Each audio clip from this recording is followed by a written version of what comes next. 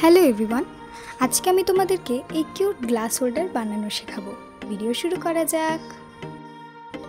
তো ফার্স্টে তোমরা যে কোনো সাইজের কার্ডবোর্ড নিয়ে তোমাদের ইচ্ছে মতো মাপ মতো বিড়ালের কানটা নিয়ে কেটে ফেলবে।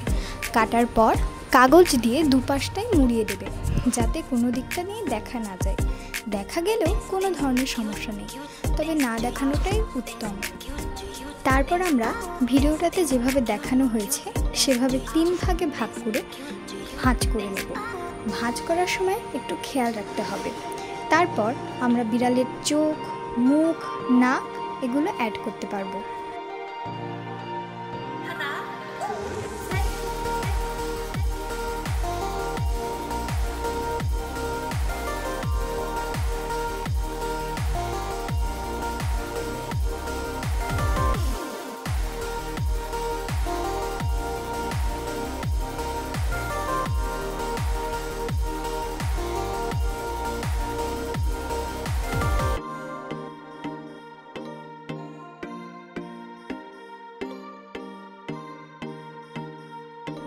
চোখ মুখ আঁকানো হয়ে যাওয়ার পর আমরা ডবল সাইডেড টেপ দিয়ে এই বিড়ালটাকে যেভাবে আমরা স্ট্যান্ড করাতে চাই সেভাবে আটকে দেব।